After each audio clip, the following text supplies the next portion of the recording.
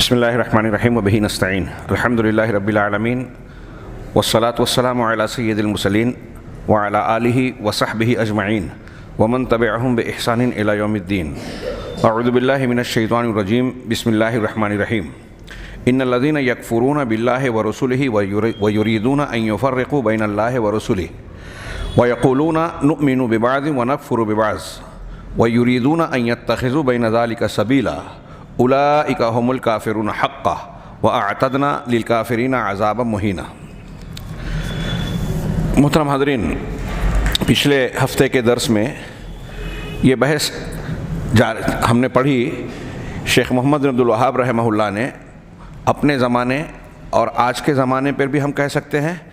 ان کے مشرکین کے بارے میں یہ ذکر کیا کہ کفار و مشرکین سے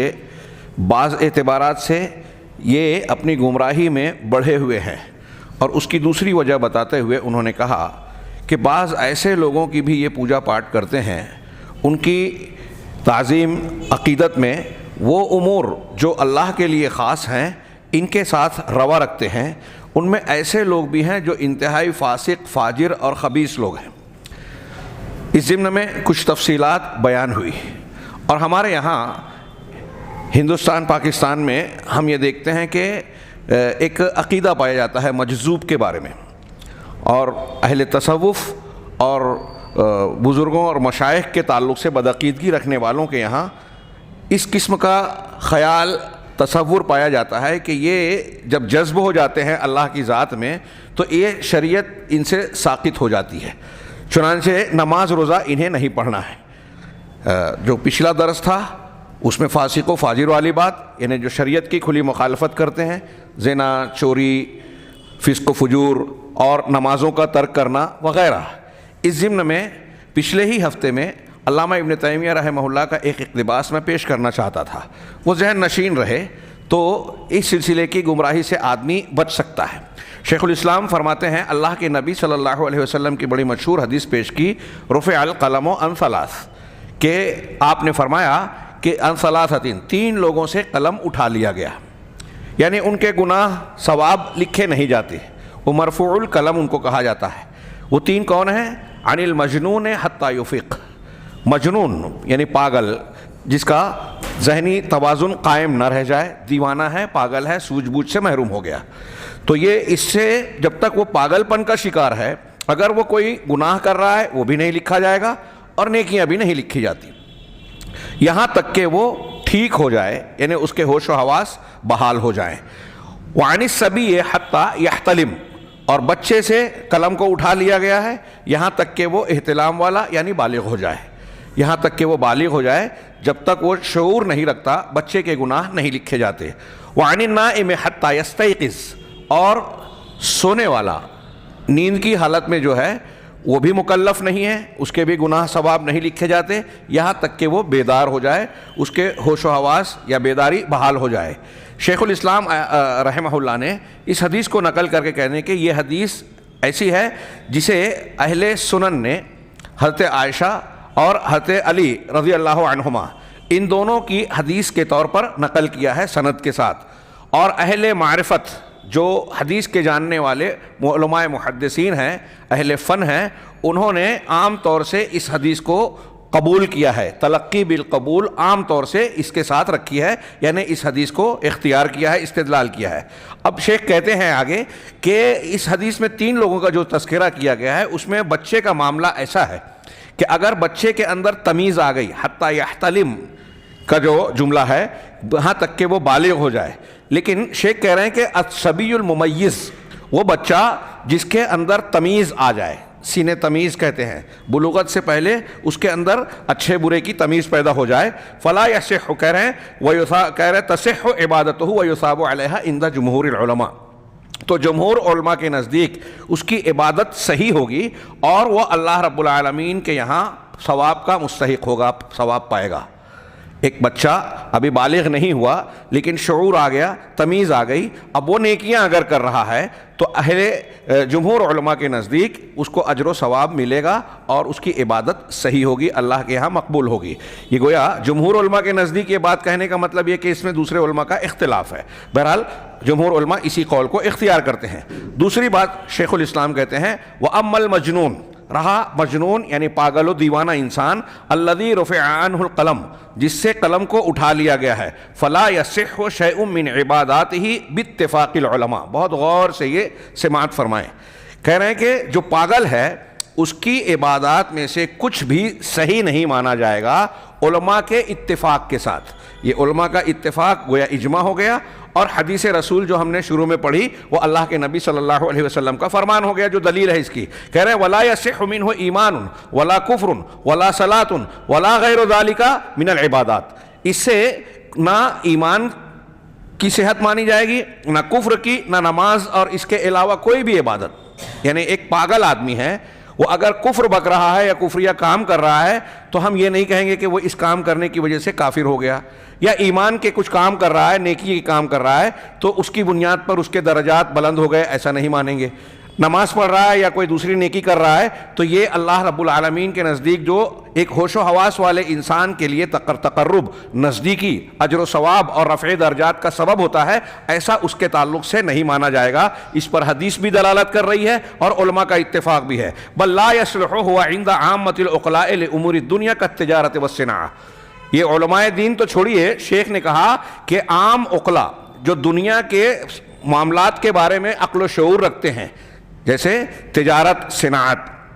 جو صنعت و حرفت، تجارت اور لین دین کا معاملہ رکھتے ہیں، ان علماء کے، ان لوگوں کے نزدیک بھی ایسے آدمی کا کوئی معاملہ قابل قبول یا قابل گرفت نہیں ہوتا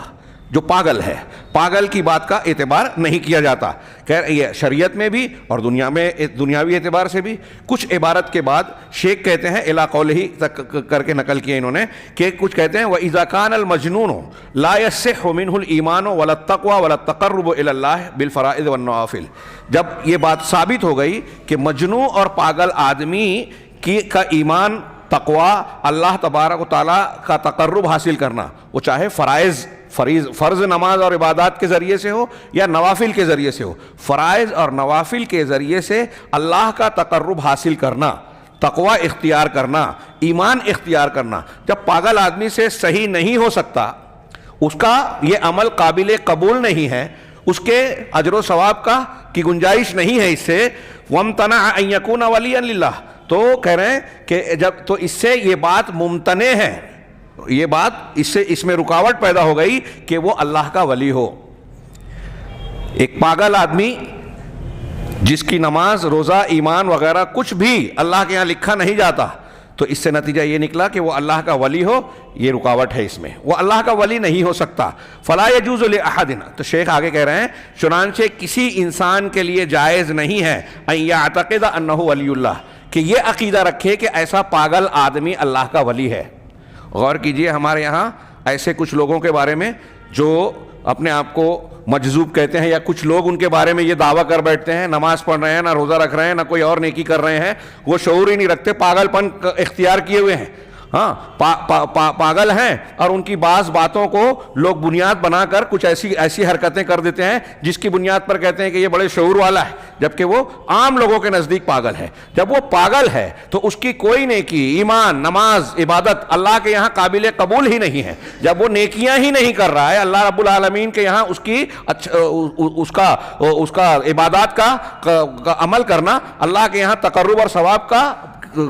مستحق ہی نہیں بنا رہا ہے، تو وہ اللہ کا ولی اور رفع درجات کیسے، ولایت اور درجات کیسے پائے گا؟ کہا کسی انسان کے لیے جائز نہیں ہے کہ پاگل آدمی کے بارے میں، مجنون کے بارے میں یہ عقیدہ رکھے کہ وہ اللہ کا ولی ہے۔ لا سیما ان تکون حجتہ، خاص طور سے اگر اس کی حجت اس بات پر یہ ہو اما مکاشفۃ سمعها منہ، کہ کوئی لوگ اس بارے میں کہیں کہ وہ اللہ کا ولی ہے، وہ قطب ہے، وہ فلاں ہے، وہ ڈھما ہے، کس بنیاد پر؟ کہ کسی نے ان کے کسی مکاشفے کا، کشف کا ذکر کیا جس کو ان کے بارے میں سنا گیا۔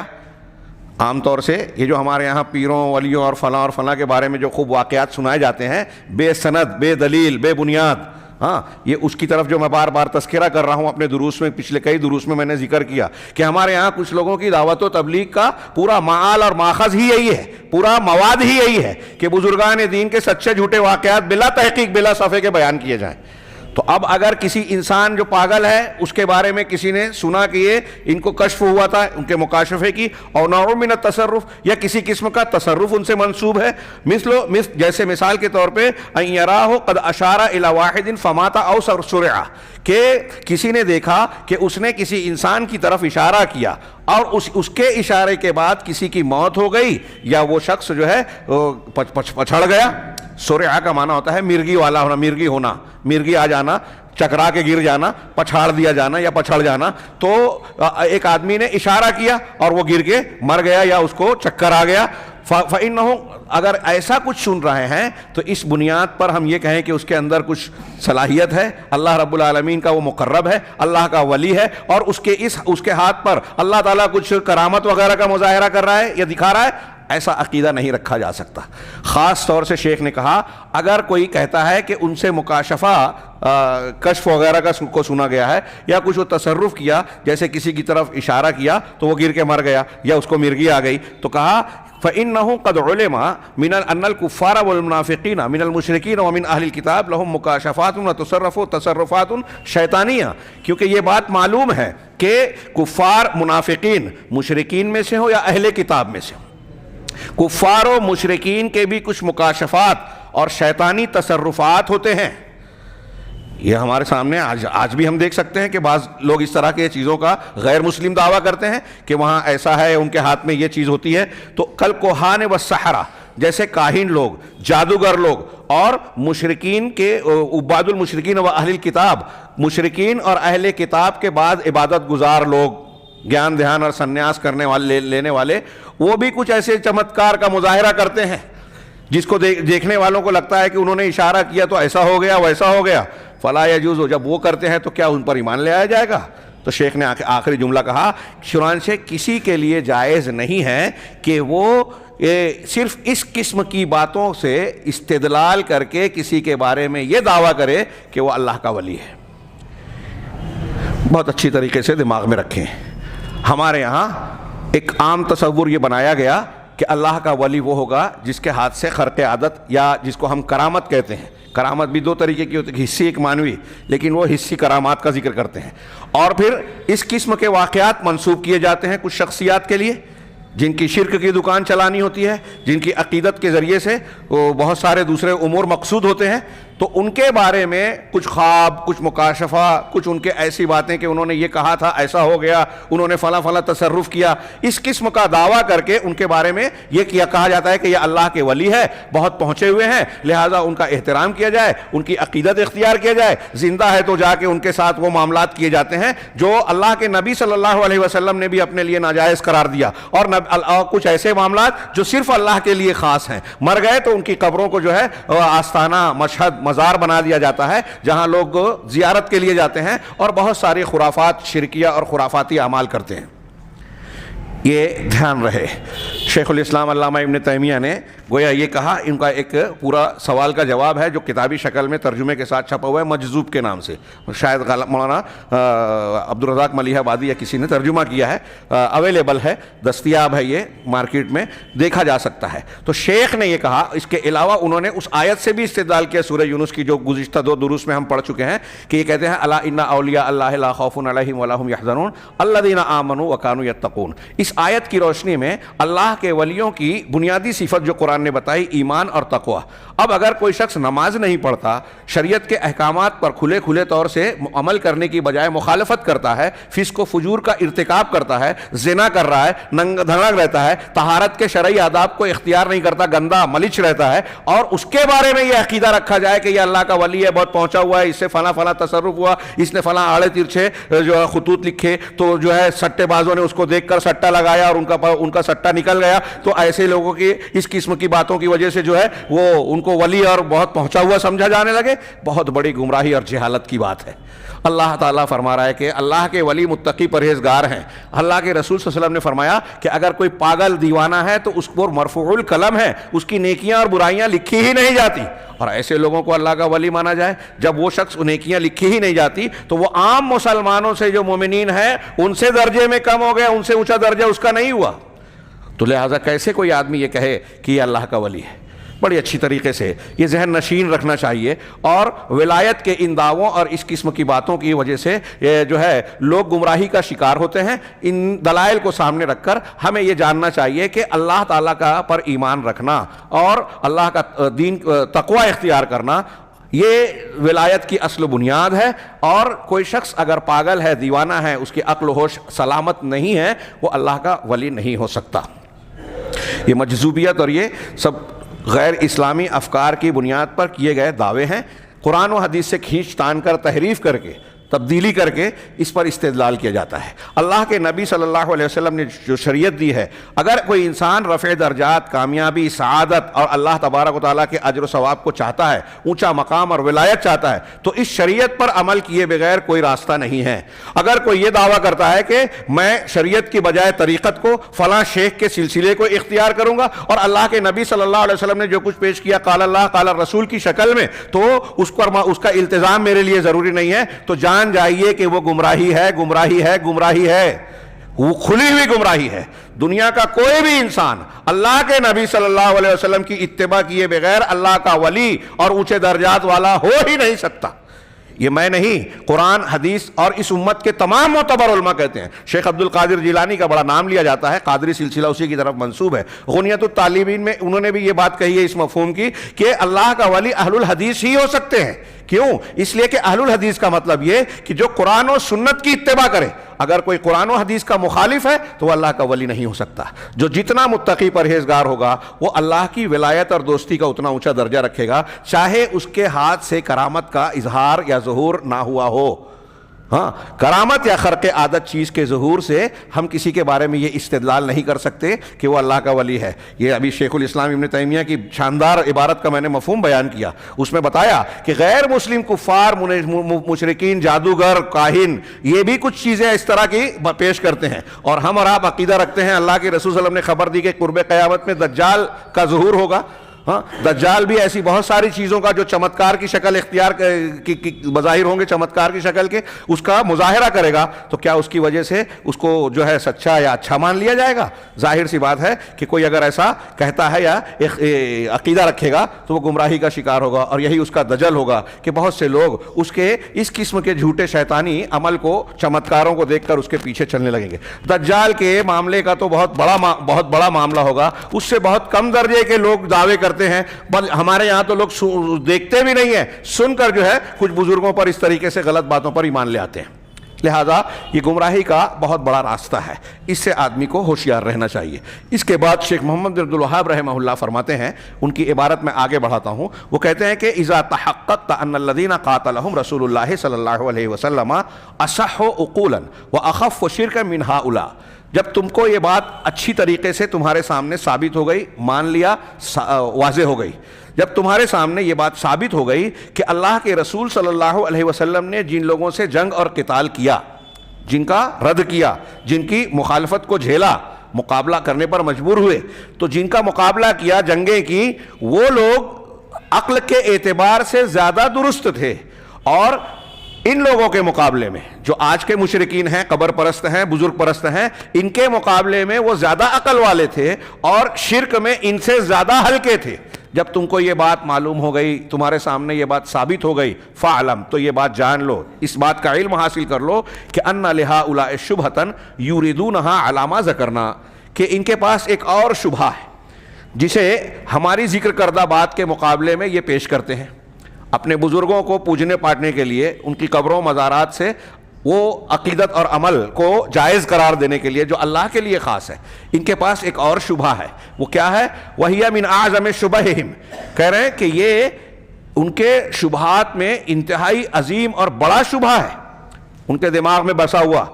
وہ کیا؟ فَأَصْغِ بِسَمْعِكَ لِجَوَابِهِ، لجوابها. شیخ کہہ رہے ہیں اپنے قارئین سے کہہ رہے ہیں کہ اس کے جواب کو سننے کے لیے اپنے کان کو متوجہ کر دیں، یعنی ہمہ گوش ہو جائیں، پوری توجہ سے اس کا جواب سنیے. پہلے اعتراض نقل کیا، وَهِيَ أَنَّهُمْ يَقُولُونَ، ان کا جو شبہ ہے وہ یہ ہے کہ وہ کہتے ہیں ان الذین نزل فیہم القرآن، کہ وہ لوگ جن کے درمیان قرآن نازل ہوا وہ لوگ لا یشہدون ان لا الہ الا اللہ، وہ لا الہ الا اللہ کی گواہی نہیں دیتے تھے. کفار و مشرکین جو تھے جن کے درمیان قرآن اترا اللہ کے نبی صلی اللہ علیہ وسلم پر، ہاں وہ جن کو ہم کافر اور مشرک کہہ رہے ہیں رسول اللہ صلی اللہ علیہ وسلم کے مخاطبین، وہ لا الہ الا اللہ کے اقراری نہیں تھے، اس کا اقرار نہیں کرتے تھے، گواہی نہیں دیتے تھے. وَيُكَذِّبُونَ الرَّسُولَ صلی اللہ علیہ وسلم، یہی نہیں بلکہ وہ لوگ رسول صلی اللہ علیہ وسلم کی تکذیب کرتے تھے، انکار کرتے تھے، جھٹلاتے تھے. وَيُنْكِرُونَ الْبَعْثَ، اور قیامت کا دوبارہ اٹھائے جانے کا انکار کرتے تھے. قرآن میں ہے، بات صحیح ہے. وَيُكَذِّبُونَ الْقُرْآنَ، اور قرآن کی تکذیب کرتے تھے، جھٹلاتے تھے. وَيَجْعَلُونَهُ السِّحْرَ، اور اسے جادو قرار دیتے تھے کہ یہ قرآن جادو ہے. یہ ان کا معاملہ یہ تھا.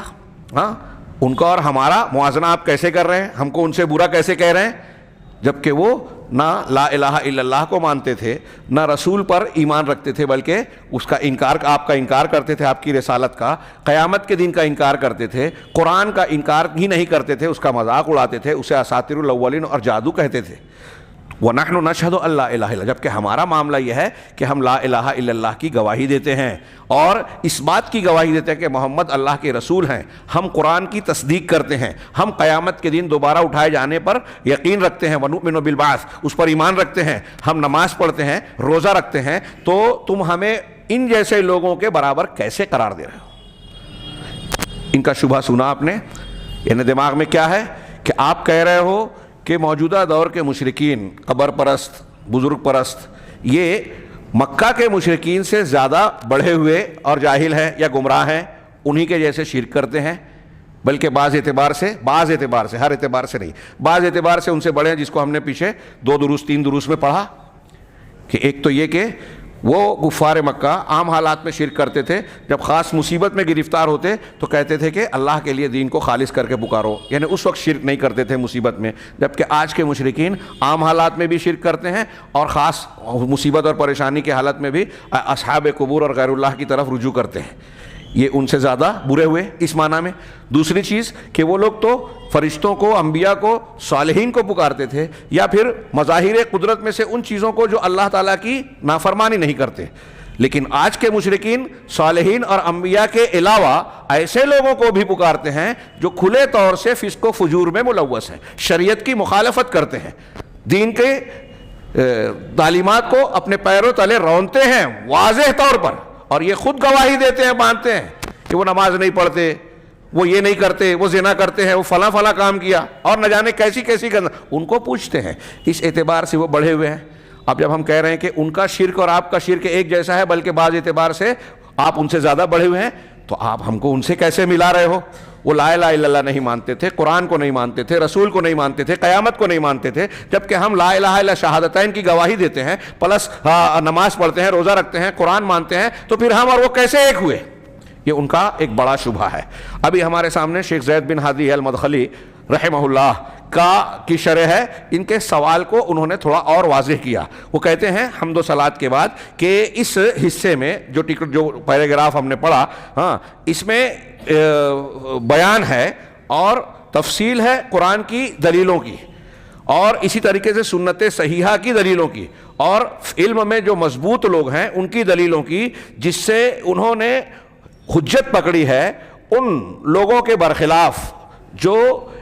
شبہات فاسدہ، غلط قسم کے شبہات اور شکوک والے یہ باتیں پیش کر کے اپنے شرک کو حق اور صحیح قرار دینا چاہتے ہیں. اس میں چنانچہ اس کے بیان میں قرآن کی دلیلیں، احادیث صحیحہ کی دلیلیں، اور راسخین فی العلم جن لوگوں نے جو ان کا رد کیا ہے ان کی دلیلوں کی تفصیل آتی ہے. ہاں کس لیے وہ جو شبہات بیان کر رہے ہیں کہ اپنے شرک کو جائز قرار دیویں، اپنی بدعت اور گمراہی کو شریعت کے مطابق اور صحیح قرار دیویں، اس کے رد میں دلیلیں بیان کی جائے گی. اسی لیے محمد بن عبد الوہاب رحمہ اللہ نے یہاں جملہ یہ کہا کہ جب تمہارے سامنے یہ بات ثابت ہو گئی کہ جو مشرکین جن سے اللہ کے رسول صلی اللہ علیہ وسلم نے قتال کیا وہ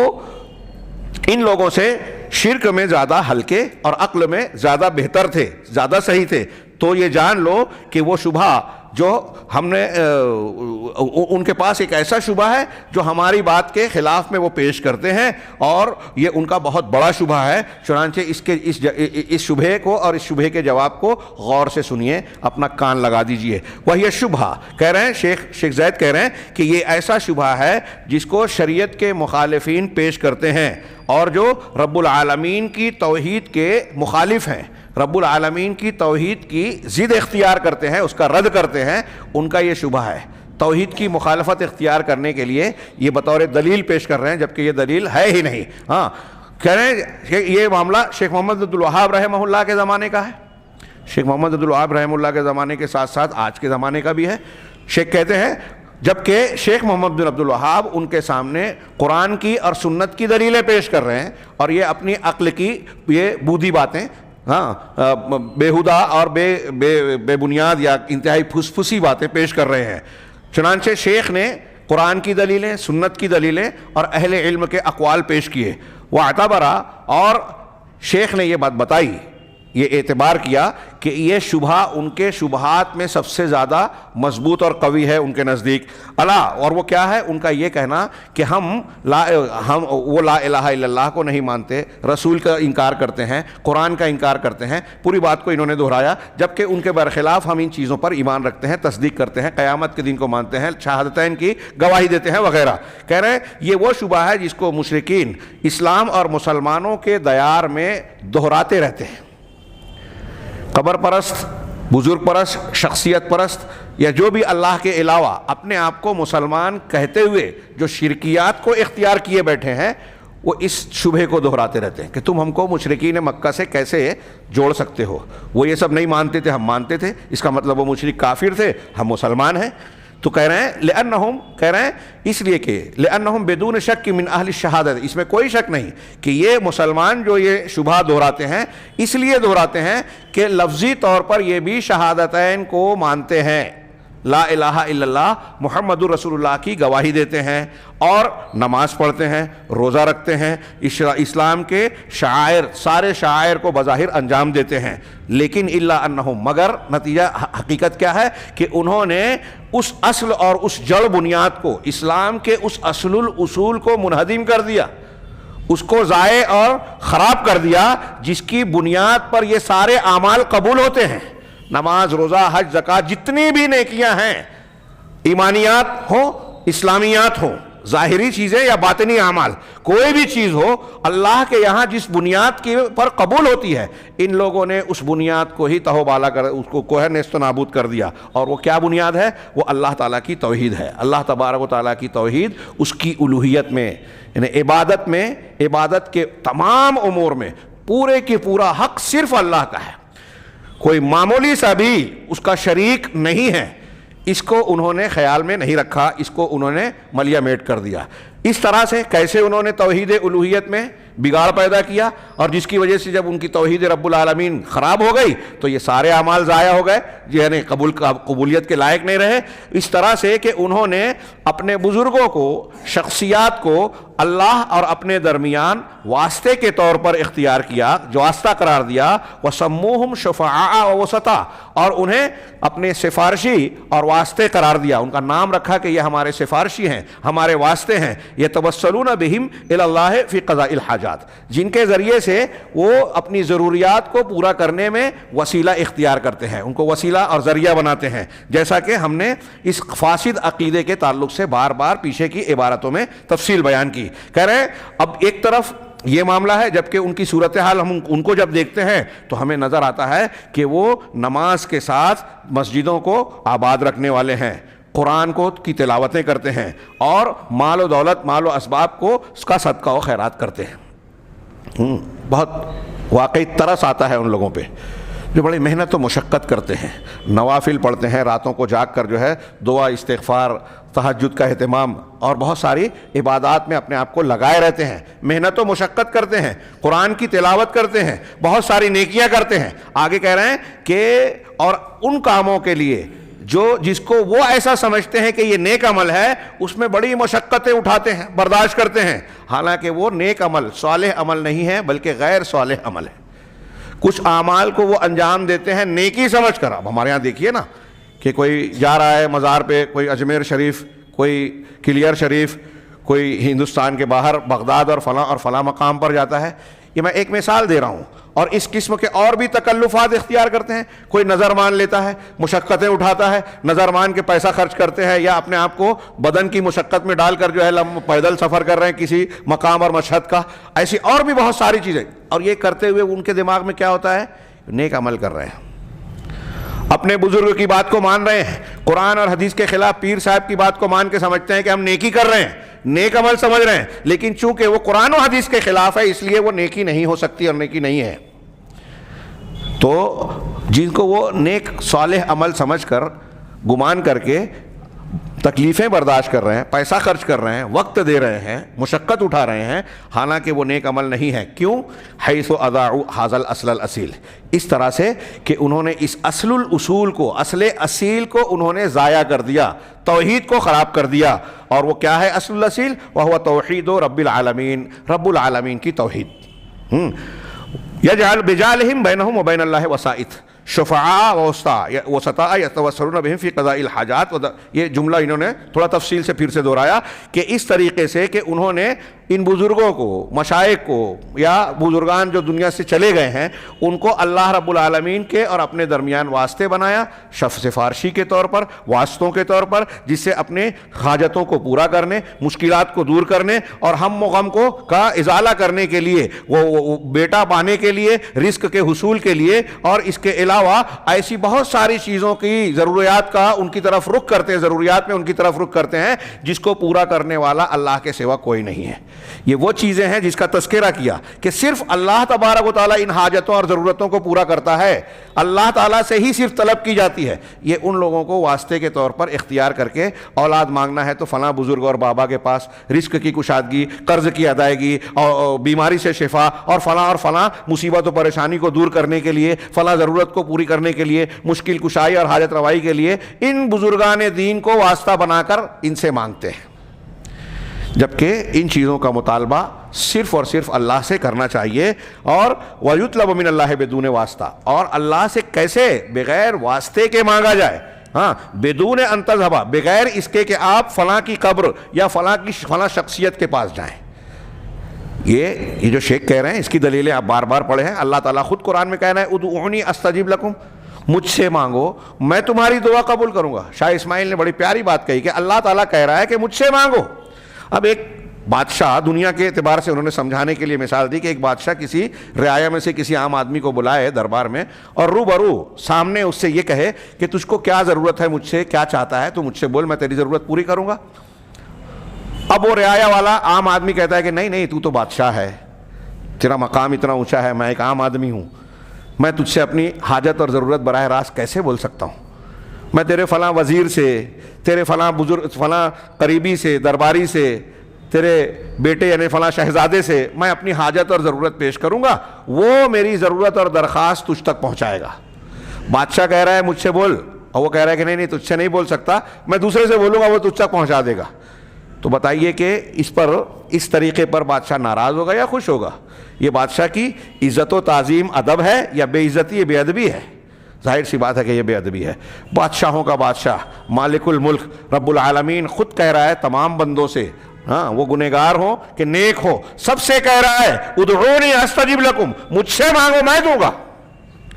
بندہ کہہ رہا ہے کہ تجھ سے نہیں مانگیں گے، وسیلہ لگائیں گے، بغیر کسی قبر پہ یا کسی شخصیت کے پاس جائے، یہ اللہ سے مانگا جاتا ہے یہ ساری چیزیں۔ اور نحو ذالک من المعبودات، ہاں، یا پھر قبر یا کسی شخصیت یا کسی اور بھی اس قسم کے معبودات جو کہ زمان و مکان کے اعتبار سے الگ الگ لوگوں نے بنا رکھے ہیں کہ فلاں کے پاس یہ ضرورت پوری کرنے کے لیے جائیں گے، فلاں حاجت میں فلاں مزار یا شخصیت کے پاس جائیں گے، اس کے آستانے پہ جائیں گے۔ الگ الگ علاقوں میں، الگ الگ زمانوں میں الگ الگ شخصیات کو اس طریقے سے مرجع خلائق بنایا گیا کہ اپنی حاجتیں یہاں لے کے جاؤ۔ ہاں، اس لیے کہ اللہ تبارک و تعالیٰ کہہ رہے ہیں کہ ان پہ پاس جانے کی ضرورت نہیں ہے، اللہ سے ڈائریکٹ مانگنا چاہیے ان چیزوں کو۔ کیوں؟ اس لیے کہ اللہ تبارک و تعالیٰ بندوں کی عبادت یا طلب کو جاننے کے لیے کسی واسطے کا، کسی وسیلے کا محتاج نہیں ہے۔ یہ اللہ کی شان تم دنیا کے اوپر قیاس کرتے ہو۔ اس سے پہلے ہماری بات گزری کہ بادشاہ کے پاس جانے کے لیے وزیر کا وسیلہ، فلاں جگہ جانے کے لیے فلاں کا وسیلہ، چھت پہ چڑھنے کے لیے دادر، یہ مخلوقات ہیں، یہ دور ہے، چھت ہم سے دور ہے، چاند ہم سے دور ہے، بادشاہ ہم سے دور ہے، بادشاہ ہم کو نہیں پہچانتا۔ وہاں کسی ایسے شخص کی ضرورت ہے جو ہم کو پہچانوائے، بتائے کہ میں اس کو جانتا ہوں، یہ اچھا ہے۔ اللہ رب العالمین اپنے کس بندے کو نہیں پہچانتا کہ وہ جا کے واسطہ اور وسیلہ اس کو یہ بتائے گا کہ تیرا فلاں بندہ ایسا ہے، نیک ہے، اس کو یہ ضرورت ہے، اس کے پاس اولاد نہیں ہے، اولاد دینا ہے، اس کو قرض کا بوجھ اس کو ستائے ہوئے ہے، اس کے اس مصیبت کو دور کرنا ہے، فلاں اور فلاں ضرورت ہے۔ کیا اللہ کو نہیں معلوم ہے؟ یہ واسطے بتائیں گے اللہ کو؟ اللہ کو واسطوں کی ضرورت نہیں ہے۔ ہاں، لا یحتاج الی واسطہ، وہ واسطوں کا ضرورت مند ہے ہی نہیں۔ کیوں؟ لأنہ علام الغیوب، اس لیے کہ وہ غیوب کو خوب خوب جاننے والا ہے۔ اس کے علم کی صفات کا اس کے ناموں کو صرف دیکھیے، علیم ہے، خبیر ہے، شہید ہے، رقیب ہے، ہاں، حافظ ہے، ان کے الگ الگ معنی، لطیف ہے، یہ سارے معنی علم سے متعلق ہیں اور الگ الگ خصوصیت رکھتا ہے ہر نام۔ کوئی ایسی چیز کائنات کی چھپی کھلی ہمارے ظاہر اور باطن کی ہے ہی نہیں جو اللہ سے چھپی اور اللہ نہ جانتا ہو۔ تو جب اللہ رب العالمین سب چیزوں کو جانتا ہے تو اس کے پاس ہمیں واسطے کی کیا ضرورت ہے؟ ہاں، کہ ہم پکاریں گے وہ سنے گا نہیں؟ ہاں، ہماری دعا اس تک پہنچے گی نہیں؟ ہاں، وَأَنَّهُ كَمَا وَعَدَ، اور جیسا کہ اس نے وعدہ کیا ہے کہ یجیب دعوت الداعی اذا دعاہ مؤمنا بہ، کہ اللہ تبارک و تعالیٰ کو جب کوئی دعا کرنے والا پکارتا ہے تو ایمان رکھتے ہوئے خاص طور سے اگر پکارتا ہے تو اللہ تبارک و تعالیٰ اس کی دعا کو قبول کرتا ہے۔ ہاں، مستجیبا لندائہ، اس کی ندا اور پکار کا جواب دیتا ہے اور اس کے رسول کی ندا کو سنتا ہے۔ وقالا، اللہ تبارک و تعالیٰ اس کی ندا کو سنتا ہے، اس کے رسول کی ندا کو سنتا ہے۔ اور اللہ تبارک و تعالیٰ نے ان لوگوں کی مذمت اور برائی بیان کی جو اللہ کی عبادت اور اس کی دعا سے استکبار کرتے ہیں، اکڑتے ہیں، اللہ سے نہیں مانگتے۔ ان الذین یستکبرون عن عبادتی سیدخلون جہنم داخرین، یہ قرآن کی آیت ہے کہ جو لوگ میری عبادت سے استکبار کرتے ہیں، دعا مانگنے سے استکبار کرتے ہیں، نہیں مانگتے، دعا نہیں کرتے، اللہ کی عبادت نہیں کرتے، تو عنقریب وہ ذلیل ہو کر جہنم میں داخل ہوں گے۔ یہ قرآن کہہ رہا ہے۔ ہاں، جو مانگنا ہے اسی سے مانگا ہے اکبر، یہی وہ در ہے جہاں آبرو نہیں جاتی۔ رب العالمین کا در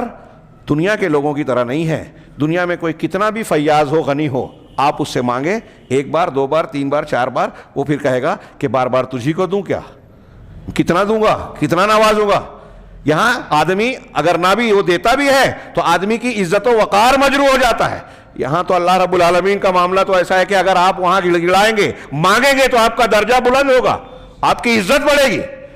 اللہ کے مانگنے سے اور بندوں سے مانگنے سے یہ بنیادی فرق نظر آتا ہے۔ اور اللہ رب العالمین خود کہہ رہا ہے کہ مجھ سے مانگو۔ ہاں، میں جب وَإِذَا سَأَلَكَ عِبَادِي عَنِّي فَإِنِّي قَرِيب، جب آپ سے بندہ میرے بارے میں سوال کرے تو بتا دو کہ میں قریب ہوں۔ اجیب دعوت الداعی اذا دعانی، دعا کرنے والے کی دعا کو میں سنتا ہوں، اس کا جواب دیتا ہوں جب وہ مجھے پکارتا ہے۔ یہاں شیخ نے ایک جملہ کہا کہ کوئی بندہ اگر ایمان رکھتے ہوئے دعا کرتا ہے تو اللہ اس کی دعا کو قبول کرتا ہے۔ یہ ایمان اور نیک عمل اللہ رب العالمین کے تقرب اور دعاؤں کی قبولیت کے اسباب ضرور ہیں، لیکن بعض اوقات اللہ تبارک و تعالیٰ اپنے غیر مومن بندوں کی بھی دعائیں پکار سنتا ہے۔ قرآن میں کئی مقامات پر ہے کہ جب کفار و مشرکین اللہ تبارک و تعالیٰ سے کشتی میں سوار ہو کر اخلاص دین کے ساتھ، یعنی صحیح عقیدے اور مخلصانہ عقیدے کے ساتھ اللہ کو پکارتے ہیں تو اللہ تعالیٰ نے کہا فَلَمَّا نَجَّاهُمْ إِلَى الْبَرِّ إِذَا هُمْ يُشْرِكُونَ، جب انہیں خشکی کی طرف اللہ پار لگا دیتا ہے، بچا دیتا ہے تو وہ شرک کرنے لگتے ہیں۔ اس کا مطلب اللہ تعالیٰ ان کی اس دعا کو قبول کر لیا۔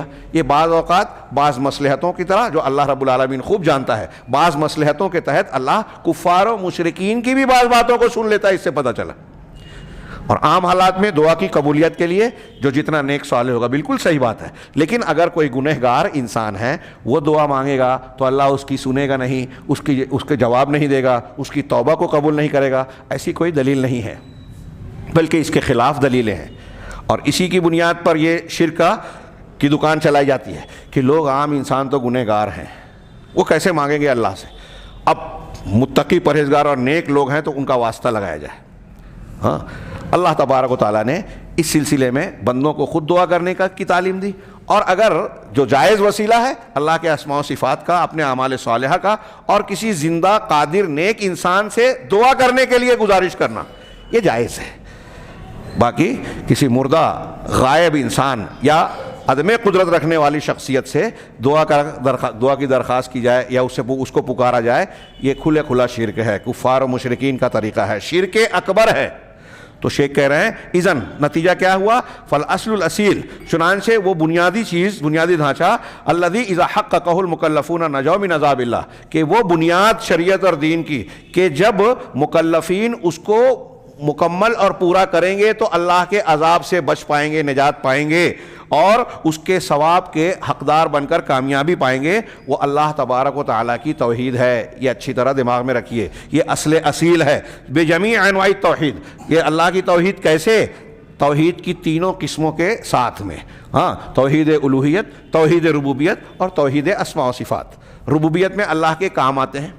کہ جو کام اللہ کرتا ہے وہ کوئی اور نہیں کرتا، یہ ہمارا عقیدہ ہونا چاہیے۔ اولاد دینا، بارش برسانا، کائنات کا نظام چلانا، رزق دینا، زندگی اور موت دینا، یہ ربوبیت میں سارے کام اللہ کے۔ الوہیت میں بندے جو اللہ کے لیے عبادات کرتے ہیں وہ الوہیت سے تعلق رکھتے ہیں، نماز، روزہ، حج، زکوٰۃ، ہاں، تلاوت قرآن، نذر و نیاز، دل کا خوف سر جس کو کہتے ہیں، ہاں، اور اسی طریقے سے امید رکھنا، طلب کرنا، توکل کرنا، یہ دل کے اعمال اور معاملات ہیں۔ تو جتنے عبادات کے کام اور عمل ہیں ظاہر اور باطن، وہ سب اللہ کے لیے کے جائیں، توحید الوہیت ہے۔ اور توحید اسماء و صفات، قرآن و حدیث میں اللہ رب العالمین کے جو اسماء حسنہ اور صفات علیہ بیان کی گئی ہیں، اس میں یہ عقیدہ رکھنا کہ جو اللہ تعالیٰ کے نام اور صفات ہیں ویسا کائنات میں کوئی اور اس کے مثل ہے ہی نہیں۔ بغیر تحریف کے ہم ان ناموں کو بغیر تکییف، تحریف، تمثیل کے معنی، اور کسی مخلوق کو اللہ کی طرح اور اللہ کو کسی مخلوق کی طرح نہ مانے۔ اب اگر کسی نے اللہ تعالیٰ کو مانا کہ عالم الغیب والشہادہ ہے، اور کسی مخلوق کو یہاں تک کہ رسول اللہ صلی اللہ علیہ وسلم کو بھی وہ صفت اس صفت سے متصف کیا، تو اس نے اللہ تبارک و تعالیٰ کا نام اور صفت مخلوق کو دے دی، شرک اکبر کیا۔ کوئی یہ سمجھتا ہے کہ فلاں بھی جو ہے وہ جو ہے سمیع ہے، جس طرح اللہ سمیع ہے، ہر آواز کو سننے والا۔ اب اگر بزرگان دین کو ہم پکارتے ہیں تو وہ اپنی قبر میں مدفون ہیں یا چاہے جہاں ہوں، ہماری پکار کو سن رہے ہیں، ہم وسیلہ ان کو بنا رہے ہیں۔ اللہ تعالیٰ کے پاس جانے کے لیے یہ بھی ایک عقلی طور سے غور کرنے کی بات ہے کہ اللہ تعالیٰ کے پاس پکار پہنچانے کے لیے واسطے کی ضرورت ہے، اور بزرگان دین انتقال کر چکے، ان کی قبریں ہم سے ہزاروں سینکڑوں میل دور ہے اگر، تو وہاں ان تک بات پہنچانے کے لیے کسی وسیلے کی ضرورت نہیں ہے۔ تو آپ یہ مان رہے ہو کہ اللہ ہر جگہ حاضر ناظر نہیں ہے، وہ سن نہیں رہا ہے آپ کا بزرگ اپنی قبر میں مدفون ہونے کے باوجود ہر محفل، ہر مجلس میں موجود ہو کر لوگوں کی پکار کو سن رہا ہے، یعنی ان کو آپ نے اللہ سے بڑھا دیا۔ کتنی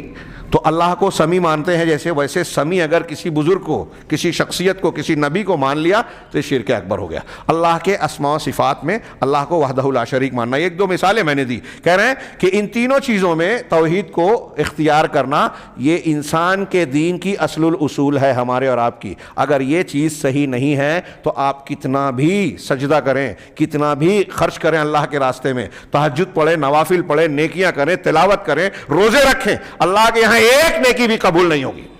اس پر قرآن و حدیث کی بہت سی دلیلیں ہیں۔ آگے بڑھیں، وہ شیخ کہہ رہے ہیں کہ وَلَا يَكْفِي هَذَا حَتَّى يَتَبَرَّأَ الْمُوحِدُ مِنَ الشِّرْكِ وَالْمُشْرِكِينَ، اور یہ بھی کافی نہیں ہے۔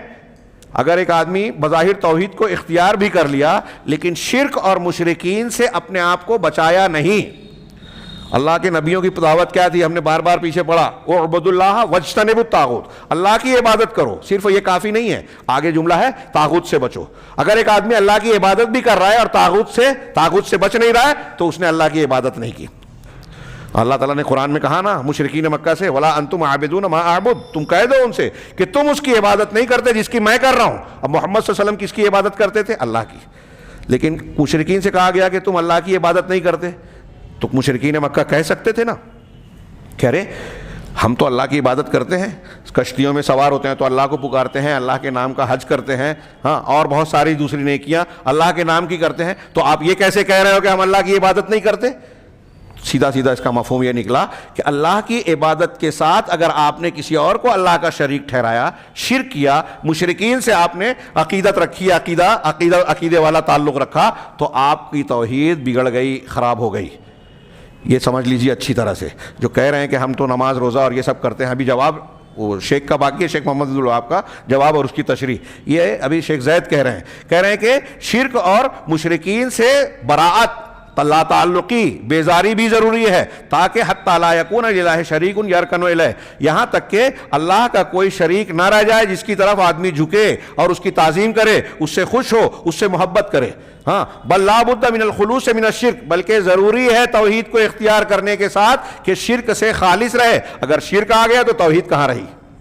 اس کی ضد ہے یہ. فلا یستقیم توحید عبد، کہہ رہے ہیں کہ کسی بندے کی توحید درست اور صحیح نہیں ہو سکتی یہاں تک کہ وہ مشرکین کے شرک سے، کافروں کے کفر سے اور ان کے افعال سے اپنے آپ کو بری الذمہ اور بیزار اور دور کر لے. شیخ آگے کہہ رہے ہیں وعلی ھذا، اس بنیاد پر یہ ان مشرکین کا یہ شبہ جو انہوں نے پیش کیا نا کہ وہ تو یہ نہیں مانتے تھے ہم مانتے ہیں، وہ لا الہ الا اللہ محمد رسول اللہ نہیں کہتے تھے ہم کرتے ہیں، وہ نماز نہیں پڑھتے تھے ہم پڑھتے ہیں، وہ آخرت کو نہیں مانتے تھے ہم مانتے ہیں، رسول کو نہیں مانتے تھے ہم مانتے ہیں. ان کا یہ شبہ رد ہو گیا، مشرکین کا یہ شبہ باطل ہو گیا اس طرح سے کہ وہ نماز پڑھتے ہیں، روزہ رکھتے ہیں، اور اہل مکہ نماز نہیں پڑھتے تھے، روزہ نہیں رکھتے تھے، نہ قرآن کا اقرار کرتے تھے، نہ رسول علیہ الصلوۃ والسلام کا اقرار کرتے تھے. وہؤلاء یقرون، جبکہ یہ لوگ قرآن اللہ کے رسول کا ان چیزوں کا اقرار کرتے ہیں. الا انہم، ہاں مگر مع اقرارہم بہذه الاشیاء ما حققوا توحید الاشیاء، کہ یہ جو آج کے مشرکین ہیں محمد بن عبد الوہاب کے زمانے کے ہوں یا ہمارے زمانے کے، ان لوگوں نے توحید کو، رسول کو، قرآن کو، قیامت کے دن کو مانا تو ضرور، لیکن انہوں نے جو ہے اپنے اس اقرار کے ساتھ ان چیزوں کے اقرار کے ساتھ توحید الوہیت کو مضبوط نہیں بنایا، خالص نہیں کیا. اللہ کی عبادت والی توحید میں اپنے آپ کو صاف ستھرا یا صحیح نہیں رکھا، بلکہ انہوں نے اللہ کے اور اپنے درمیان واسطے وسیلوں کا عقیدہ گڑھ لیا، بنا لیا، اختیار کر لیا. چنانچہ وہ توحید ربوبیت کو کتنا بھی مانے، ہاں، اور ان سے رسول اللہ صلی اللہ علیہ وسلم کی تصدیق کا معاملہ کسی بھی درجے کا ہو، اس حالت میں کہ وہ اللہ کے اور اپنے درمیان واسطے بنا رہے ہیں اور اس میں اس طرح غلو کرتے ہیں کہ حد سے انتہائی درجہ تجاوز کر جاتے ہیں، تو ان کے ذکر کردہ اعمال میں سے اللہ کی وحدانیت کی گواہی دینا بغیر اس کو لاگو کیے ہوئے، اس کو پورا، اس کے تقاضوں کو پورا کیے بغیر ان کے یہ اعمال قبول نہیں ہوں گے. یہ لمبا جملہ ہے، میں نے اپنے جملے میں اپنے زبان میں مفہوم بیان کیا کہ یہ جتنے بھی اقرار کر رہے ہیں، اپنے اعمال بتا رہے ہیں، اگر یہ توحید الوہیت کو درست نہیں کرتے تو ان کے یہ سارے اعمال برباد ہے، جب وہ اللہ کے اور اپنے درمیان ان بزرگوں کو واسطہ اور وسیلہ بنانے کا عقیدہ رکھتے ہیں، اور ان سے رسول اللہ صلی اللہ علیہ وسلم کی گواہی بھی، رسالت کی گواہی، شہادت بھی مقبول نہیں ہے. ہاں، انہوں نے وَلَا تُقْبَلُ مِنْهُ الشَّهَادَةُ لِرَسُولٍ، ہاں، رسول کی شہادت بھی ان کے یہاں ان سے قبول نہیں کی جائے گی، کیونکہ انہوں نے خود ایک طرف رسول کی گواہی دی اور دوسری طرف توحید کر کے اس گواہی کو منہدم کر دیا، ڈھا دیا اسے. ہاں، ان سے نہ نماز قبول ہوگی، نہ روزہ قبول ہوگا، نہ ایمان، نہ قیامت کے دن کا ماننا، نہ زکوٰۃ، اور نہ ہی اس طرح کی کوئی دوسری چیز. کل ذالک لا ینفعہم، اس میں سے کوئی بھی چیز ان کو فائدہ نہیں پہنچائے گی. حتی یحققوا اصل الدین، یہاں تک کہ وہ دین کی اصل، بنیاد اور جڑ کو صحیح کریں، ثابت کریں، مضبوط بنائیں، اور اس کے قاعدے کو مضبوط اور بنیاد کو مستحکم بنائیں. اور وہ بنیاد اور اصل کیا ہے؟ وہ اللہ تبارک و تعالیٰ کی توحید ہے، اپنی تمام قسموں کے ساتھ اس کو اختیار کریں، اور مشرکین کے شرک سے اور ان کے تمام ان اعمال سے جو شریعت کے مخالف ہیں اس سے اپنے آپ کو بچا لیں، دور کر لیں، تب ان کی یہ بات صحیح ہوگی. یہ تو شیخ کا سوال، اور شیخ زید کا اس سوال کی تشریح میں اب تک ہم نے پڑھا. آگے شیخ کہہ رہے ہیں، شیخ آج کے درس میں میں اختصار اور سرسری طور پر شیخ محمد بن عبد الوہاب رحمہ اللہ کا صرف جواب سرسری نقل کرتا ہوں. اگلے درس میں ہم انشاءاللہ جو ہے اس کو تفصیل سے پڑھیں گے اور اس کی شرح بھی پڑھیں گے. ہاں، اور میں معذرت چاہتا ہوں، یہ اب اسی وقت یاد آ رہا ہے، بتا دوں کہ ہم لوگ ایک مکہ سعودی کے سفر پر جا رہے ہیں، شاید 2 ہفتہ ہم لوگوں کا درس نہ ہو سکے. چنانچہ یہ جواب سرسری طور سے اسی وقت ملاحظہ فرمائیں جو شیخ محمد عبد الوہاب کا ہے، شرح اس وقت نہیں پیش کر سکتے، وقت زیادہ ہو رہا ہے. چنانچہ شیخ نے جواب دیا کہ انہ لا خلاف بین العلماء کلہم، کہ جتنے بھی علماء ہیں ان میں اس بات میں کوئی اختلاف نہیں ہے ان کے درمیان کہ اگر ایک آدمی اللہ کے رسول صلی اللہ علیہ وسلم کی کسی معاملے میں تصدیق کرتا ہے. بہت اچھی طریقے سے جواب شیخ نے پہلے کہا کہ کان لگا کے اس کا جواب سنیں، کیونکہ یہ ان کا بہت بڑا شبہ ہے ہم اللہ کو مانتے ہیں، رسول کو مانتے ہیں، قیامت کو مانتے ہیں، مشرکین مکہ نہیں مانتے تھے تو ہم اور وہ ایک کیسے ہوئے؟ ہم مسلمان ہیں۔ تو شیخ کہہ رہے ہیں کہ آپ کا ایمان قائم ہی نہیں رہا۔ اس کا جواب دیتے ہوئے کہہ رہے ہیں کہ سارے علماء اس بات کو مانتے ہیں، اس میں کوئی اختلاف نہیں ہے کہ اگر کوئی انسان اللہ کے نبی صلی اللہ علیہ وسلم کی بعض باتوں کو سچا مانے، ایمان لائے کہ ہاں میں مانتا ہوں، اور وَكَذَّبَهُ فِي شَيْءٍ، اور کسی ایک چیز میں اللہ کے رسول کو جھٹلا دے کہ نہیں میں نہیں مانتا، اللہ کے رسول کی یہ بات صحیح نہیں ہے، اگر وہ ایسا کہتا ہے اس کا انکار کر دے، ہاں أَنَّهُ كَافِرٌ لَمْ يَدْخُلْ فِي الْإِسْلَامِ، تو سارے علماء مانتے ہیں بغیر کسی اختلاف کے کہ وہ کافر ہو جائے گا، اسلام میں داخل نہیں ہوگا، وہ مسلمان نہیں رہ جائے گا۔ غور کیجئے کہ اللہ کے نبی صلی اللہ علیہ وسلم کو کہہ رہا ہے کہ رسول ہے، میں آپ کی بات مانتا ہوں، لیکن ایک ثابت شدہ حدیث اس کو معلوم ہے کہ اللہ کے رسول نے فرمایا۔ یہاں وہ فرق دماغ میں رکھیے کہ اگر کوئی شخص حدیث صحیح اور ضعیف کا معاملہ ہو، اس کو اعتبار نہیں ہے کہ اللہ کے رسول کا فرمان ہے، تو پھر معاملہ الگ ہوگا، لیکن یہ جان کر کے یہ اللہ کے رسول صلی اللہ علیہ وسلم کی بات ہے، اگر کوئی ایک چیز کو رد کر دے ہوئے، مثال کے طور پہ عذاب قبر اللہ کے رسول سے، قرآن سے بھی ثابت ہے، ہاں سب چیزوں کو ایک آدمی مانتا ہے، لیکن یہ کہے کہ اللہ کے رسول صلی اللہ علیہ وسلم نے جو عذاب قبر کی بات بتائی ہے نا، وہ میری عقل میں نہیں آتی، دماغ میں نہیں آتا، سائنسی اور علمی طور پر میں اسے ثابت نہیں کر سکتا، ہاں جسم تو یہاں ہے، روح کہاں ہے، پھر اس کے بعد جو ہے کبھی کچھ لاشیں ایسی ہوتی ہیں پانی میں بہہ گئی، پرندے کھا لیے، ایسا ہوا ایسی درندوں نے نوچ لیا، تو اس کو کیسے عذاب قبر ہوگا؟ جسم اور روح تو دو الگ الگ جگہ پہ ہے، تو یہ بات سمجھ میں نہیں آتی، میں اس کو نہیں مانتا۔ اگر کوئی ایسا کہتا ہے،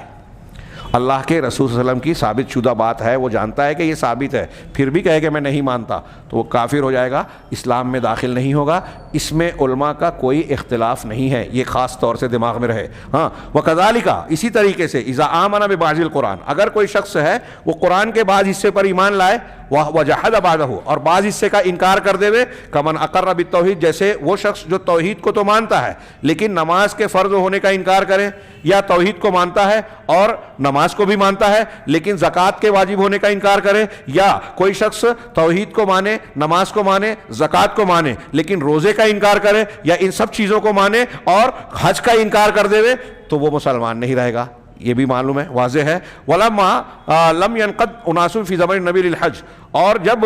کچھ لوگوں نے اللہ کے نبی صلی اللہ علیہ وسلم کی بات کو حج کے سلسلے میں نہیں مانا، اس کا انقیاد نہیں کیا، تو ان کے تعلق سے اللہ تعالیٰ نے قرآن میں ایک آیت نازل فرمائی۔ کچھ لوگوں نے کہا حج نہیں مانیں گے، حج نہیں کریں گے، اللہ کے رسول نے جب حج کا حکم دیا تو اللہ جب ان لوگوں نے نہیں مانا تو قرآن کی آیت آئی، اللہ نے فرمایا وَلِلَّهِ عَلَى النَّاسِ حِجُّ الْبَيْتِ مَنِ اسْتَطَاعَ إِلَيْهِ سَبِيلًا وَمَنْ كَفَرَ فَإِنَّ اللَّهَ غَنِيٌّ عَنِ الْعَالَمِينَ، کہ اللہ کا حق ہے لوگوں پر، اللہ کا حق ہے لوگوں پر۔ اس میں بڑی بعض علماء نے بڑے پیارے نقطے بیان کیے، لیکن وہ دوسرے مقام کے لیے ہم چھوڑتے ہیں، کہ اللہ کا حق ہے لوگوں پر بیت اللہ کا حج کرنا، اس کا ارادہ کرنا، کس کے لیے؟ من استطاع الیہ سبیلا، اس شخص کے لیے جو اس تک پہنچنے کی طاقت رکھتا ہے، جو راستہ پاتا ہے، یعنی اس کو استطاعت ہو حج کی، جانے کی، مالی اعتبار سے، جسمانی اعتبار سے، تو اللہ تعالیٰ کا حق ہے لوگوں پر، ہم پہ اور آپ پہ۔ ومن کفر، اور جو کفر کرے گا، نہیں مانے گا، فإن اللہ غنی عن العالمین، تو اللہ تعالیٰ تمام جہانوں سے بے نیاز ہے۔ کفر کا لفظ استعمال کیا، جو نہیں مانے گا، یعنی انکار کرے گا۔ آگے کہا شیخ نے، یہ سورہ آل عمران کی آیت ہے، ومن اقر بہذا کلہ وجحد البعث، اب کوئی شخص ایسا ہے جو ان سب چیزوں کو مانتا ہے، یعنی اس نے توحید کو مانا،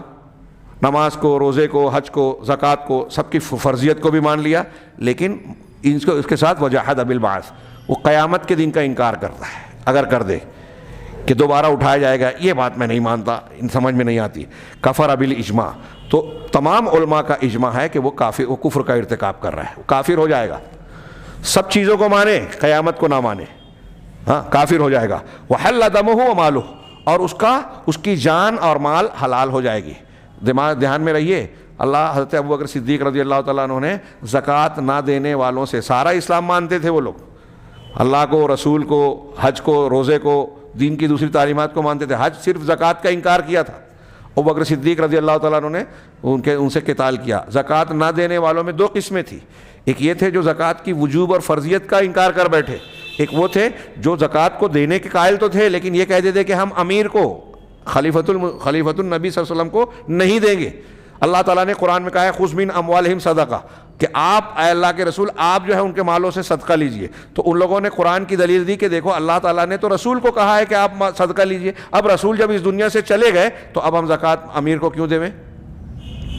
تو حضرت ابوبکر صدیق نے ان کے اس غلط استدلال کے باوجود ان سے قتال کیا. تو ایک منکر وجوب تھے, ایک صرف امام کو دینے کے منکر تھے, دونوں میں فرق ہے, دونوں سے قتال کیا. تو یہ سامنے رہے. اور یہاں کہہ رہے ہیں کہ اگر کوئی شخص ان سب چیزوں کو مانتا ہے, صرف بعض کا انکار کر رہا ہے قیامت کا, تو کافر ہو جائے گا اجماع کے ساتھ, اس کی جان مال حلال ہو جائیں گی, جیسا کہ اللہ تبارک و تعالیٰ کا ارشاد ہے. یہ قرآن کی آیت کو سورہ نساء کی آیت نمبر 150 اور 151 کو بطور دلیل پیش کیا کہ ان الذین یکفرون باللہ ورسلہ ویریدون ان یفرقوا بین اللہ ورسلہ ویقولون نؤمن ببعض ونکفر ببعض ویریدون ان یتخذوا بین ذلک سبیلا اولئک هم الکافرون حقا. اللہ نے فرمایا کہ جو لوگ اللہ اور اس کے رسولوں کا انکار کرتے ہیں اور یہ چاہتے ہیں کہ اللہ اور اس کے رسولوں کے درمیان تفریق کریں, ایک کو مانے ایک کو نہ مانے, تو یہ اللہ اور رسول دونوں کا انکار ہوا. آیت کے شروع میں بتایا ایک کو ماننا ایک کو نہ ماننا دونوں کا انکار ہے. کہہ رہے ہیں وَيَقُولُونَ, اور کہتے یہ ہیں کہ نُؤْمِنُ بِبَعْضٍ وَنَكْفُرُ بِبَعْضٍ, کہ ہم بعض پر ایمان لاتے ہیں اور بعض کا انکار کرتے ہیں. اس میں وہ لوگ بھی آ گئے جو کہتے ہیں قرآن مانیں گے حدیث نہیں مانیں گے, حدیث کا انکار کرنے والے. ہم بعض پر ایمان لاتے ہیں بعض کا انکار کرتے ہیں. وَيُرِيدُونَ, اور چاہتے کیا ہیں, أَن يَتَّخِذُوا بَيْنَ ذَلِكَ سَبِيلًا, کہ اس کے درمیان بیچ کا راستہ نکالیں, اس کے درمیان کا راستہ نکالیں. قرآن اور حدیث کی کچھ باتوں کو مانیں کچھ باتوں کو نہ مانیں, بیچ کا راستہ نکالیں. اولئک هم الکافرون حقا, قرآن کہہ رہا ہے کہ حقیقت میں یہی لوگ کافر ہیں, یہی لوگ کافر ہیں. وَأَعْتَدْنَا لِلْكَافِرِينَ عَذَابًا مُهِينًا, اور ہم نے کافروں کے لیے جو ہے رسوا کن, مہینہ کا لفظ ہے رسوا کرنے والا, ذلیل کرنے والا عذاب تیار کر رکھا ہے. غور کیا اس آیت پر؟ شیخ محمد عبد الوہاب اس آیت کو نقل کر کے کہہ رہے ہیں فَإِذَا كَانَ اللَّهُ قَدْ صَرَّحَ فِي كِتَابِهِ, جب اللہ تعالیٰ نے اپنی کتاب میں اس بات کی صراحت کر دی, صاف صاف بیان کر دیا کہ أَنَّ مَنْ آمَنَ بِبَعْضٍ وَكَفَرَ بِبَعْضٍ فَهُوَ الْكَافِرُ حَقًّا, کہ جو ایسا ہے کہ بعض چیزوں کو مانتا ہے بعض چیزوں کو نہیں مانتا, بعض چیزوں پر ایمان رکھتا ہے بعض چیزوں کا انکار کرتا ہے, تو وہ حقیقی طور سے کافر ہے. فَهُوَ الْكَافِرُ حَقًّا, ہاں, وَأَنَّهُ يَسْتَحِقُّ مَا ذُكِرَ, اور وہ اس چیز کا مستحق ہے جس کا ذکر کیا کہ وہ عذاب مہین اس کے لیے تیار ہے. جب یہ اللہ نے خود بیان کر دیا زالت الشبہ, تو یہ شبہ جو مشرکین آج کے پیش کر رہے ہیں ان کا شبہ جو ہے ہوا ہو گیا, اڑ گیا, زائل ہو گیا کہ وہ مکہ والے تو یہ نہیں مانتے تھے ہم مانتے ہیں. آپ مانتے ہو تو کیسے مان رہے ہو؟ آپ شریعت کی بعض چیزوں کو مان رہے ہو اور اس کی بنیاد اور بہت ساری چیزوں کا انکار کر رہے ہو. کہہ رہے ہیں شیخ نے آگے کہا وَهَذِهِ هِيَ الَّتِي ذَكَرَهَا بَعْضُ أَهْلِ الْأَحْصَاءِ فِي كِتَابِهِ الَّذِي أَرْسَلَهُ إِلَيْنَا. شیخ نے کہا کہ اہل احصاء شہر ہے سعودی میں, وہاں کے کچھ لوگوں نے حضرت محمد بن عبد الوہاب کو خط لکھا تھا, اس میں یہی چیز بیان کی تھی تو اس کا تذکرہ کیا. وَيُقَالُ أَيْضًا, اسی طرح یہ بھی کہا جائے گا إِن كُنْتَ تُقِرُّ, اگر تم اس بات کا اقرار کرتے ہو کہ أَنَّ مَنْ صَدَّقَ الرَّسُولَ فِي كُلِّ شَيْءٍ, کہ ایک ایسا انسان جو رسول اللہ صلی اللہ علیہ وسلم کی تمام چیزوں میں تصدیق کرتا ہے, جو جو آپ نے بتایا سب کو مانتا ہے. وجحد وجوب الصلاۃ, لیکن وہ نماز کے واجب ہونے کا انکار کرتا ہے. ایک آدمی رسول کی ساری تعلیمات کو مان رہا ہے لیکن یہ کہہ رہا ہے کہ میں نماز کو فرض نہیں مانتا, تو کہہ رہے ہیں انہ کافر حلال الدم والمال بالاجماع, کہ اجماع کے ساتھ اس میں کوئی اختلاف نہیں ہے علماء کا کہ وہ کافر ہوگا, اس کی جان اور مال حلال ہوگی. وَكَذَلِكَ إِذَا أَقَرَّ بِكُلِّ شَيْءٍ إِلَى الْبَعْثِ, اسی طریقے سے وہ شخص بھی کہ جو ساری چیزوں کو مانتا ہے ہاں لیکن سوائے بعث کے یا قیامت کے دن کے کچھ نہیں, قیامت کے دن کا انکار کرتا ہے. شرح میں بھی شیخ نے ان باتوں کو دہرایا اور تھوڑی سی وضاحت کی. میں اسی وقت اس کو دو جملے میں کہہ دوں کہ اس پوری بحث کا خلاصہ اور ان کی شرح کا خلاصہ یہ ہے کہ اللہ تبارک و تعالیٰ نے قرآن میں اور جو بیان کیا ہے اس کے تناظر میں متعدد ادلہ, حدیث کی دلیلیں, اور تمام علماء کا یہ اتفاق ہے کہ شریعت سے ثابت شدہ کسی چیز کو جو ثابت ہو چکی, اگر کوئی انکار کرے کہ یہ اللہ کی ہے اور رسول کی, ایک دو چیز کا بھی انکار کرے اور ساری چیزوں کو مانے, تو وہ بالاجماع کافر ہو جائے گا۔ اب یہ لوگ جو قبروں کی پرستش کر رہے ہیں، بزرگوں اور اولیاء و صالحین کو اپنے اور اللہ کے درمیان واسطہ وسیلہ مان کر ان سے وہ چیزیں مانگتے ہیں جو صرف اللہ سے مانگنی چاہیے، طلب کی جانی چاہیے، تو یہ لوگ اللہ کی اور رسول کی بنیادی تعلیم جو توحید کی ہے، توحید الوہیت، اس کی خلاف ورزی کر رہے ہیں، بہت سی آیات اور احادیث کا رد کر رہے ہیں، شرک اور مشرکین کے طریقے کو اختیار کر رہے ہیں۔ لہٰذا جب انہوں نے دین کے اصل الاصول اور توحید کو ہی ضائع کر دیا تو اب ان کی کوئی نیکی کوئی معنی نہیں رکھتی۔ اللہ تعالیٰ سے دعا ہے کہ وہ ہمیں صحیح عقیدے کی سمجھ عطا فرمائے اور اسی کے مطابق زندگی گزارنے کی توفیق دے، اس کے ذریعے سے دنیا اور آخرت میں کامیابی سے نوازے۔ وآخر دعوانا ان الحمد للہ رب العالمین وصلی اللہ علی نبینا محمد۔